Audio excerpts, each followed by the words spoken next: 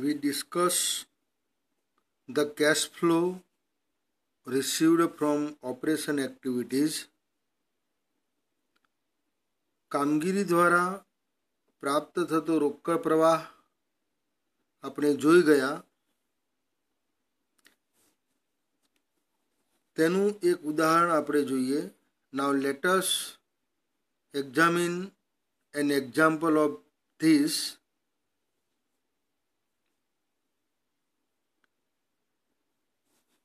The following figure relate to A Company Limited for the year ending 31st March 2012. A Company Limited સંબંધિત 31મી March 2012ના રોજ પૂરા થતા વર્ષના આંકડાઓ તમને નીચે આપેલા છે. Find out cash flow from operation. આંકડાઓને આધારે કામગીરીમાંથી પ્રાપ્ત થતો રોકડ પ્રવાહ આપણે શોધવાનો છે. Net profit for 2011-12 less depreciation. 2011-12નો નફો તમને ₹80,000 આપેલો છે. ગિવન 80,000 પ્રોફિટ લેસ ડેપ્રિસિએશન ઘસારા બાદનો આપેલો છે. Opening stock 50,000, closing stock 30,000. Debtors opening 35,000, debtors closing 47,000. Creditors લેણદારો 26,000, ઓપનિંગ એન્ડ ક્લોઝિંગ ક્રેડિટર્સ લેણદારો 35,000. બિલ્સ પેયેબલ ઓપનિંગ બેલેન્સ 9,000, દેવી હુંડીની શરૂની બાકી 9,000 આપેલી છે. બિલ્સ પેયેબલ 31st March 12, દેવી હુંડી આખરની બાકી closing balance 4,000. Depreciation written off during the year. વર્ષ દરમિયાન માડી વાળેલો ઘસારો તમને આપેલો છે ₹20,000. Depreciation is a cost. ઘસારો એ ખર્ચ છે, but it's cash is not paid. એની રકમ ચૂકવાયેલી નથી. It stays in the business. તે હંમેશા ધંધામાં જ રહે છે. આ રકમ કોઈને ચૂકવાતી નથી. એટલે ઘસારો બિન રોકડ વ્યવહાર તરીકે ઓળખાય છે. Is known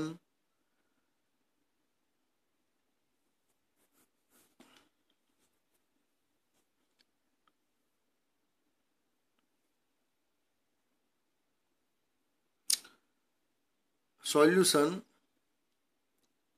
Depreciation return off is a non-cash item which reduce the net profit. ઘસારો એ બિનરોકડ વિગત છે અને એ નફામાં ઘટાડો કરે છે. But no cash goes out of business. ધંધામાંથી એ રકમ જતી નથી. It will therefore be added to profit to find the cash inflow from profit. નફામાંથી રોકડ પ્રવાહ શોધવા માટે આ ઘસારાને પાછો નફામાં ઉમેરી દેવામાં આવે છે. The increase in current asset reduce the cash. ચાલુ મિલકતમાં જો વધારો થાય તો રોકડ ઘટે છે. And will therefore be deducted from the profit to get the net cash inflow. અને તેથી જ રોકડ પ્રવાહ પ્રાપ્ત કરવા માટે નફામાંથી એટલી રકમ તમારે બાદ કરવી પડે છે. Similarly, the decrease in current asset, એ જ રીતે ચાલુ મિલકતમાં ઘટાડો will increase the cash, રોકડમાં વધારો કરે છે, and will therefore be added to the profit, અને તેથી નફામાં એને પાછો ઉમેરવામાં આવે છે. ટૂંકમાં ચાલુ મિલકત જ્યારે વધે છે ત્યારે રોકડ ઘટે છે. કોઈ પણ ચાલુ મિલકત જ્યારે વધે ત્યારે રોકડ ઘટે. કેમ? ચાલુ મિલકત ક્યારે વધે? તમે એને ખરીદો ત્યારે વધે, એટલે રોકડ જાય. અને ચાલુ મિલકત ઘટે ત્યારે રોકડ વધે છે. ચાલુ મિલકત ક્યારે ઘટે? તમે એને વેચી દો ત્યારે ઘટે. એના બદલામાં તમને રોકડ મળે છે. એટલે એક નિયમ તમારે યાદ રાખવાનો છે, ચાલુ મિલકત વધે તો રોકડ ઘટે, અને ચાલુ મિલકત ઘટે તો રોકડ વધે. Increase in current liabilities increase the cash from operation. ચાલુ જવાબદારીમાં વધારો થાય ત્યારે કામગીરીમાંથી મળતો રોકડ પ્રવાહ વધે છે. and will therefore be added to the profit, અને તેથી તેને નફામાં ઉમેરવામાં આવે છે. કન્વર્સલી, એનાથી વિરુદ્ધ, decrease in current liabilities, ચાલુ જવાબદારીમાં ઘટાડો, will reduce the cash, રોકડ ઘટાડે છે, and will therefore be deducted, અને તેને નફામાંથી બાદ કરવામાં આવે છે. ચાલુ દેવું ક્યારે વધે? તમે કોઈની પાસેથી પૈસા લીધા હોય તો વધે. એટલે ચાલુ દેવું વધે તો રોકડ વધે. અને ચાલુ દેવું ક્યારે ઘટે? તમે એને રીપે કરો અથવા તો ચૂકવી દો ત્યારે ઘટે. એટલે ચાલુ દેવું ઘટે ત્યારે રોકડ ઘટે. આ બાબત તમારે ધ્યાનમાં લેવાની છે. સુધારેલું નફા નુકસાન ખાતું આપણે જોઈ ગયા. Adjusted profit and loss account already we discuss. એક મુદ્દો એ, અને બીજો મુદ્દો ચાલુ મિલકતો અને ચાલુ દેવાનો ફેરફાર. આ બંને બાબતો ભેગી થઈ કામગીરી દ્વારા પ્રાપ્ત થતો રોકડ પ્રવાહ આપણને આપે છે. એટલે આ બંને મુદ્દા પત્રકની અંદર તમારે સીધા ઉતારવાના છે. જે આપણે હિસાબી ધોરણ 3નું પત્રક તૈયાર કરીશું, પ્રિપેર અકાઉન્ટિંગ સ્ટાન્ડર્ડ 3, ત્યારે આ બંને મુદ્દા તમારે પત્રકની અંદર મૂકવાના છે. The item to be added to net profit will be, નફામાં જે વિગતો ઉમેરવાની છે તે કઈ છે? Decrease in current asset, ચાલુ મિલકતમાં જે ઘટાડો થયો છે એનો તફાવત. Increase in current liabilities, ચાલુ દેવામાં જે વધારો થયો છે એ રકમ તમારે નફામાં ઉમેરવાની છે. અહીંયા વધારો ઘટાડો એટલે શું? શરૂની બાકી અને આખરની બાકીનો difference between opening balance and closing balance. એ તફાવતની રકમમાં તમારે જરૂરી હવાલા નાખી નફામાં વધારો ઘટાડો કરવાનો છે. Items to be deducted from net profit will be, હવે નફામાં ઘટાડો બાદ કરવાની જે વિગત છે તે કઈ છે? તો ઇન્ક્રીઝ ઇન કરંટ એસેટ, ચાલુ મિલકત વધે તો એ તમારે નફામાં ઉમેરવાની છે. And decrease in current liabilities, ચાલુ જવાબદારી જે ઘટે એ તમારે નફાની અંદર નફામાંથી એને બાદ કરવાની છે. એટલે આ એક નિયમ બન્યો. આ નિયમ યાદ રાખીને તમારે દાખલો ગણવાનો રહેશે. Statement of cash from operation, કામગીરી દ્વારા પ્રાપ્ત થતો રોકડ પ્રવાહ. આપણે જે ઉદાહરણ હમણાં જોયું એ અહીંયા આપણે ગણીએ છીએ. કેલ્ક્યુલેશન એનું આપણે જોઈએ. First, net profit during the year, વર્ષ દરમિયાન તમને જે નફો મળ્યો છે નફા નુકસાન ખાતા મુજબનો, as per profit and loss account, ₹80,000, 80,000 રૂપિયા છે. પણ એમાંથી ઘસારો તમે બાદ કરી દીધેલો છે ઓલરેડી. Depreciation is less. તેથી આ ઘસારો તમારે નફામાં પાછો ઉમેરવો પડશે, કારણ કે ઘસારો એ બિન રોકડ વિગત છે, નોન કેશ આઇટમ. ખર્ચ છે પણ કોઈને ચૂકવતા નથી. એટલે નફા નુકસાન ખાતાની ઉધાર બાજુ તમે બતાવેલો હશે એ નફામાં તમારે પાછો ઉમેરવાનો છે. Non cash item depreciation 20,000.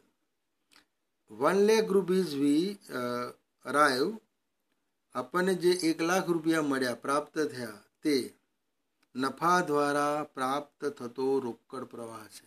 ખરેખર નફા દ્વારા પ્રાપ્ત થતો રોકડ પ્રવાહ છે. Actual cache flow from profit. આ એનો પહેલો ભાગ છે. ઓપરેશન એક્ટિવિટીઝની અંદરનો ફર્સ્ટ પાર્ટ્સ જે તમારે સુધારેલું નફા નુકસાન ખાતું બનાવીને તૈયાર કરવાનું છે. એની અંદર એડ આપણે હમણાં જે નિયમ બનાવ્યો ચાલુ મિલકતોને ચાલુ દેવાનો, એ અહીંયા એપ્લાય કરવાનો છે. ડિક્રીઝ ઇન કરંટ એસેટ, ચાલુ મિલકતનો ઘટાડો. તો ચાલુ મિલકત ઓપનિંગ સ્ટોક અને ક્લોઝિંગ સ્ટોક બંનેનો જે તફાવત છે એમાં સ્ટોક ઘટે છે ₹20,000. એક્ઝામ્પલમાં તમે જોશો તો ખ્યાલ આવશે. 20,000. ઇન્ક્રીઝ ઇન કરંટ લિએબિલિટી, ક્રેડિટર્સ, લેણદારો જે છે એ ચાલુ જવાબદારી છે અને ચાલુ જવાબદારીમાં વધારો થાય છે. Opening creditor and closing creditors, શરૂના લેણદારો ને આખરના લેણદારો. આખરના લેણદારો વધારે છે. બંનેની બાદબાકી કરશો એટલે તમને 9,000 મળશે.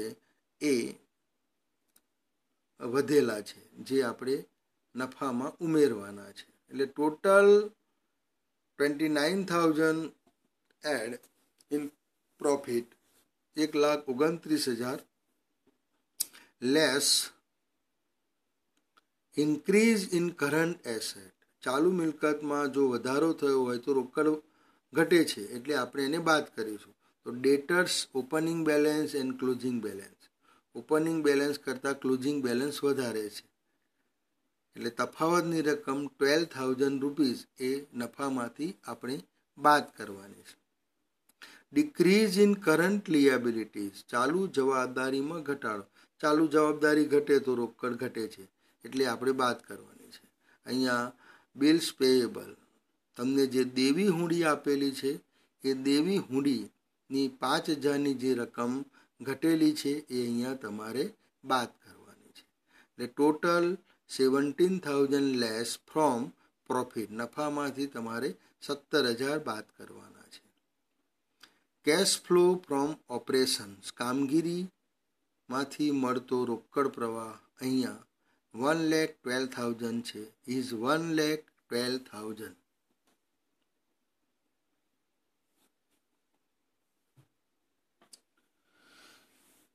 Effect on non cash item on profit. બિનરોકડ વ્યવહારની નફા પર જે અસર છે તે થોડીક વિગતે આપણે એની ચર્ચા કરી લઈએ. એ કઈ કઈ વિગતો એવી છે કે જે નફાને અસર કરે છે પણ રોકડને અસર કરતી નથી. We just discuss about that. Non-cash item like depreciation do not affect cash but they reduce profit. આપણે હમણાં જ ચર્ચા કરી ગયા કે ઘસારા જેવી બિનરોકડ વિગતો નફાને અસર કરે છે પણ રોકડને અસર કરતી નથી. નફો ઘટાડે છે પણ રોકડ ઘટાડતી નથી. So, in order to ascertain the cash inflow on the basis of profit, નફાને આધારે જ્યારે આપણે રોકડ પ્રવાહ નક્કી કરવો હોય તો તે માટે, એ હેતુ માટે such non-cash item are added to the profit. આવી જે બિનરોકડ વિગતો છે તે તમારે નફામાં ઉમેરવાની છે. Some non-cash item are given below.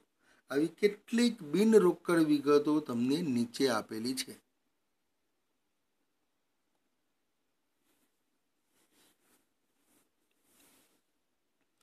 Number 1, depreciation, ઘસારો. The depreciation is debited to profit and loss account. ઘસારો નફા નુકસાન ખાતે ઉધારેલો હોય છે, which reduce profit, જે નફામાં ઘટાડો કરે છે. It does not, however, reduce cash flow. તે રોકડમાં ઘટાડો કરતી નથી. Hence, it is added to the profit. નફામાં એને ઉમેરવામાં આવે છે. Second, intangible asset written of. માડી વાળેલી અદ્રશ્ય મિલકતો. If any intangible asset like goodwill is written off, it reduces profit but not the cash. પાઘડી જેવી અદ્રશ્ય મિલકતો જે નફા નુકસાન ખાતે તમે માડી વાળેલી છે તે નફો ઘટાડે છે પણ રોકડ ઘટાડતી નથી. Such amount written off is therefore added back to the profit to find out cash flow. રોકડ પ્રવાહ નક્કી કરવા માટે, શોધવા માટે આવી જે માડી વાળેલી વિગતો છે તે તમારે નફામાં ઉમેરવાની છે. સિમિલરલી એ જ રીતે, if any fictitious asset like preliminary expenses, debenture discount, etc. is written off. અવાસ્તવિક મિલકતો જેવી કે પ્રાથમિક ખર્ચા છે, ડિબેન્ચર વટાવ છે, એ તમે માડી વાળેલ હશે એટલે કે નફા નુકસાન ખાતે તમે ઉધારેલ હશે. ઇટ રિડ્યુસ ધ પ્રોફિટ, એ નફો ઘટાડે છે, બટ નોટ ધ કેશ, પણ રોકડ ઘટાડતી નથી. Hence, the amount so written off is added back to the profit. તેથી આવી માડી વાળેલી જે વિગતો છે એ વિગતો નફામાં તમારે પાછી ઉમેરવાની રહેશે. એપ્રોપ્રિએશન ઓફ પ્રોફિટ, નફાની ફાળવણી. નફો જે છે એમાંથી કેટલીક ફાળવણી તમે કરો છો, પણ ફાળવણી કરો છો એની રકમ કોઈને ચૂકવતા નથી. નફો ઘટાડે છે પણ રોકડ ઘટતી નથી. Sometimes profit given in the example is after making certain appropriation like propose dividend, transfer two general reserve, etc. કેટલીક વખત દાખલામાં તમને જે નફો આપેલો છે તે એમાંથી કેટલીક રકમની ફાળવણી કર્યા પછીનો હોય છે. જેમ કે સૂચિત ડિવિડન્ડ, સામાન્ય અનામત ખાતે લઈ ગયેલી રકમ, આ રકમની ફાળવણી કર્યા પછીનો નફો તમને આપેલો હશે. Such items reduce the profit, but they do not involve any cash payment. આ રકમ નફો ઘટાડે છે પણ રોકડ ચૂકવણી સાથે આ વિગતો સંકળાયેલી નથી. Hence, such items are added back to the profit to ascertain the cash inflow. રોકડ પ્રવાહ નક્કી કરવા માટે આવી જે ફાળવણી કરેલી છે એવી વિગતો તમારે નફામાં પાછી ઉમેરવી પડશે.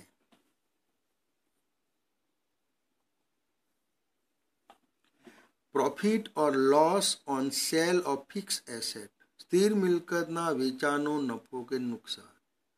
સ્થિર મિલકતના વેચાણની જે રકમ છે એ રકમ હિસાબી ધોરણ 3માં ઇન અકાઉન્ટિંગ સ્ટાન્ડર્ડ 3 આપણે એને બીજા હેડિંગમાં, સેકન્ડ હેડિંગમાં બતાવીએ છીએ. ઇન્વેસ્ટિંગ એક્ટિવિટીઝ, રોકાણ પ્રવૃત્તિ, એમાં બતાવીએ છીએ. એટલે એનો જે નફો કે નુકસાન છે એની જે અસર છે એ નફા નુકસાન ખાતામાંથી દૂર કરવી પડશે. જોઈએ આપણે અહીંયા, any fixed asset may be sold during the year and any profit made may be credited to profit and loss account. વર્ષ દરમિયાન કોઈ પણ પ્રકારની કાયમી મિલકત વેચી હોય અને એનો નફો તમે નફા નુકસાન ખાતે જમા કર્યો હોય તો એની કેવી અસર આપવી એ આપણે જોઈએ. For example, a machine having a return down value of ₹10,000 is sold for ₹13,000. ₹10,000ના ઘસારા બાદની એક મશીન જે તમે ₹13,000માં વેચો છો એન્ડ એ પ્રોફિટ ઓફ ₹3,000, 3,000નો જે નફો થયો મેડ ઓન ધીસ સેલ, આ વેચાણ ઉપર, is credited to profit and loss account, જે તમે નફા નુકસાન ખાતે જમા કર્યો છે. નફામાં એ વધારો કરે છે, પણ નફામાંથી એને બાદ કરી નાખવાનો છે. It deduct from profit. This will increase profit by ₹3,000. 3,000નો નફો વધેલો છે. However, આમ છતાં in the cash flow statement ₹13,000 is shown as inflow of cash. રોકડ પ્રવાહની અંદર આ 13,000 રોકડ પ્રવાહ તરીકે આ 13,000 રૂપિયા રોકડ પ્રવાહ પત્રકની અંદર આપણે બતાવીએ છીએ, which includes the profit of ₹3,000, જે 3,000 નફા સહિતના છે. 13,000 રૂપિયા તમે હેડિંગ 2ની અંદર બતાવશો, રોકાણ પ્રવૃત્તિની અંદર મશીનના વેચાણ તરીકે બતાવશો, 13,000 બતાવશો. જ્યારે ઉપર તમે જે નફો બતાવવાના છો પત્રકમાં એ આ તમે બતાવશો તો આ એન્ટ્રી ડબલ થશે. ડબલ ન થાય એટલા માટે નફામાંથી એની અસર દૂર કરી દેવાની છે અને એકચ્યુઅલ એનું જે સેલિંગ થયેલું છે વેચાણ એ તમારે બતાવવાનું રહેશે. That for while computing cash inflow from profit, જ્યારે આપણે નફા દ્વારા રોકડ પ્રવાહની ગણતરી કરીએ ત્યારે this amount of ₹3,000 has to be deducted from net profit. નફામાંથી આ ₹3,000 તમારે બાદ કરવાના છે. કન્વર્ટલી એનાથી વિરુદ્ધ, if any loss on sale of fix asset, જો આવી મિલકતો ઉપર નુકસાન થયું હોય તો is made and is debited to profit and loss account, અને જો તમે નફા નુકસાન ખાતે એને ઉધારેલું હોય તો નફો ઘટાડેલો છે એટલે નફાને પાછો તમારે વધારવો પડશે. It will be added back to profit, નફામાં તમારે એને પાછો ઉમેરવાનો છે કારણ કે આપણે એને અલગ ઓલરેડી બતાવીએ છીએ.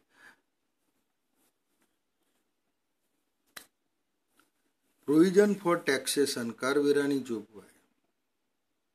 If provision four taxation is made during the year, જો વર્ષ દરમિયાન તમે કરવેરાની જોગવાઈ કરી હોય તો, કરવેરાની જોગવાઈ એ જોગવાઈ છે, તમે ચૂકવણી કરી નથી. It reduce the net profit, એ નફો ઘટાડે છે. If however the amount of taxes paid has been shown as a payment in cash flow statement, રોકડ પ્રવાહપત્રકની અંદર જો તમે કરવેરાની ચૂકવણી બતાવતા હો તો આ જોગવાઈ તમારે હવે બતાવવાની રહેતી નથી. એટલે ખરેખર કરવેરાની ચૂકવણી બતાવવાની છે, તમારે એની જોગવાઈ બતાવવાની નથી. Then the provision has to be added back to the net profit. નફામાં આ રીતે જે જોગવાઈ કરેલી છે એ પાછી ઉમેરી દેવામાં આવે છે કારણ કે એ નફો ઘટાડતી નથી. નફો ઘટાડે છે પણ રોકડ ઘટાડતી નથી. તેથી આ રકમ તમારે પાછી નફામાં ઉમેરી દેવાની છે. Adjusted profit and loss account, સુધારેલું નફા નુકસાન ખાતું, હવાલા પછીનું નફા નુકસાન ખાતું. નફા નુકસાન ખાતું તમે જે બનાવો છો એ જ રીતે બનાવવાનું છે. Sometime in the example the profit made during the year is not given. કેટલીક વખત દાખલામાં વર્ષ દરમિયાન કેટલો નફો થયો એ આપેલું હોતું નથી. Instead the opening and closing balance of profit and loss account R given. પણ એની જગ્યાએ તમને શું આપેલું હશે? નફા નુકસાન ખાતાની શરૂની અને આખરની બાકી આપેલી હશે. ઇન સચ એ કેસ, આ સંજોગોમાં the cash inflow from profit can be ascertained by any one of the two method. રોકડ પ્રવાહ દ્વારા પ્રાપ્ત થતો નફો જાણવા માટે તમે બે રીતે એને રજૂ કરી શકશો, બે પદ્ધતિનો ઉપયોગ કરી શકશો. One by preparing a statement, એક પત્રક બનાવીને, and other by preparing an account, એક ખાતું બનાવીને. જનરલી આપણે સ્ટેટમેન્ટ પ્રમાણે જવાનું છે, પણ તમારી સમજ માટે અકાઉન્ટ પણ ઓપન કરીશું. If an account is to be prepared, then the adjusted profit and loss, like the one that we prepare in case of fund flow statement, will have to be prepared. જો ખાતું તૈયાર કરવું હોય તો સુધારેલ નફા નુકસાન ખાતું જેમ ભંડોળ પ્રપત્રકમાં તૈયાર કરતા હતા એ રીતે તમારે તૈયાર કરવાનું રહેશે. It will be prepare as follow, તે નીચે પ્રમાણે તૈયાર કરવાનું છે.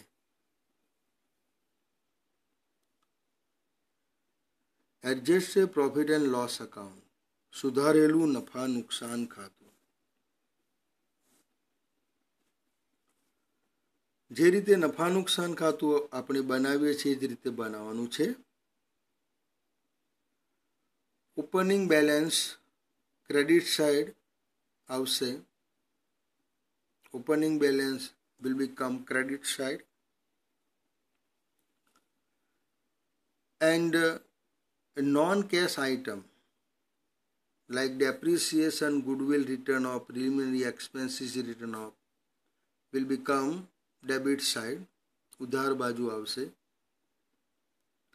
and provision from profit, નફામાંથી કરેલી જોગવાઈ, provision for taxation, transfer of general reserve, સામાન્ય અનામત ખાતે લઈ ગયેલી રકમ, transfer two sinking fund, sinking fund ખાતે લઈ ગયેલી રકમ વિલ બીકમ ડેબિટ સાઇડ, નફા નુકસાન ખાતાની ઉધાર બાજુ આવશે.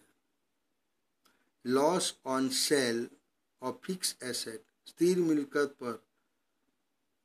મિલકત વેચતા કોઈ નુકસાન થયું હોય તો એ નુકસાન પણ ડેબિટ સાઇડે આવશે. પ્રપોઝ ડિવિડન્ડ, સૂચિત ડિવિડન્ડ, એ પણ અહીંયા બતાવવામાં આવશે.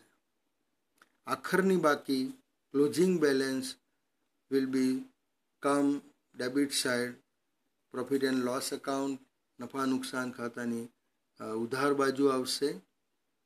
ક્રેડિટ સાઇડ, કોઈ મિલકત તમે વેચી હોય, ફિક્સ એસેટ સેલ્સ, એની ઉપરનો જે પ્રોફિટ થયો છે એ નફો તમારે જમા બાજુ બતાવવાનો રહેશે. Amount return back from general reserve, સામાન્ય અનામત ખાતે તમે વધારે પડતી જોગવાઈ કરેલી હોય તો એ નફામાં પાછી લાવતા એને સુધારેલા નફા નુકસાન ખાતાની જમા બાજુ બતાવવામાં આવશે. તમને કોઈ ડિવિડન્ડ પ્રાપ્ત થયું હોય, ડિવિડન્ડ રિસીવ્ડ, તો will be come credit side. હવે આ સુધારેલું નફા નુકસાન ખાતું તમારે બંધ કરવાનું છે. નાવ વી close adjusted profit and loss account.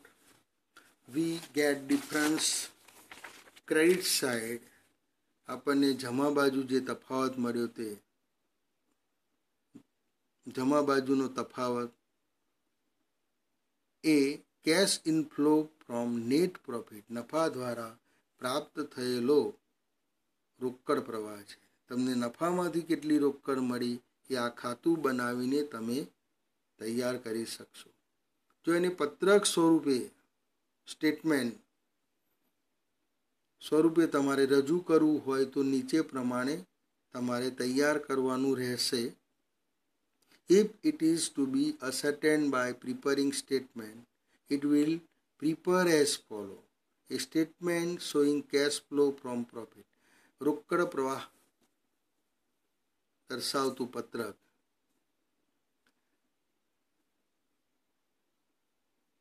Adjusted profit and loss account debit side જે વિગતો તમને આપેલી છે, given debit side all item એને પ્લસ કરવાની છે. એટલે ક્લોઝિંગ બેલેન્સ તમારે શરૂઆતમાં બતાવવાનું છે. સોન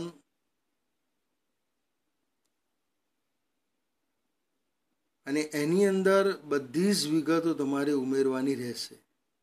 એટલે અહીંયા પત્રકમાં closing balance of profit and loss account, આની અંદર જે વિગતો તમારે પ્લસ કરવાની છે બધી જ ડેબિટ સાઇડની હશે. Add depreciation, intangible asset written off, for example goodwill, fictitious asset written off, મારી વાળેલી અવાસ્તવિક મિલકતો, પ્રોવિઝન ફોર ટેક્સેશન, કરવેરાની જોગવાઈ, એપ્રોપ્રિએશન ઓફ પ્રોફિટ, નફાની ફાળવણી, propose dividend transfer two general reserve, loss on sale of fix asset, સ્થિર મિલકતના વેચાણનું જે નુકસાન છે તે, આ બધી જ વિગતો તમારે નફામાં ઉમેરવાની છે. પત્રકમાં પણ તમારે આ રીતે બતાવવાનું છે. ડિડક્ટ, બાદ કરવાની જે વિગતો છે,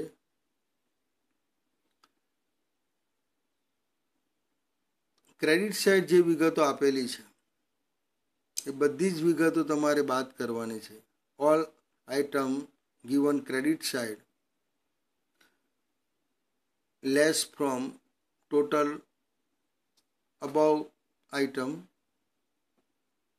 less profit on sale of fix asset, સ્થિર મિલકતના વેચાણનો નફો તમે અહીંયા બાદ કરશો. Amount return back from general reserve, સામાન્ય અનામત ખાતેથી પાછી લાવેલી રકમ તમે બાદ કરશો.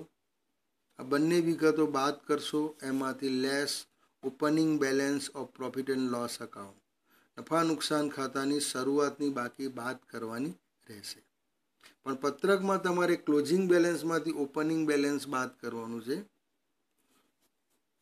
Opening balance deduct from closing balance, અને નેટ અમાઉન્ટ તમારે શરૂઆતમાં જ બતાવવાની રહેશે. હવે આપણને જે મળશે, the get amount cash inflow during the year due to profit, નફા દ્વારા પ્રાપ્ત થયેલો રોકડ પ્રવાહ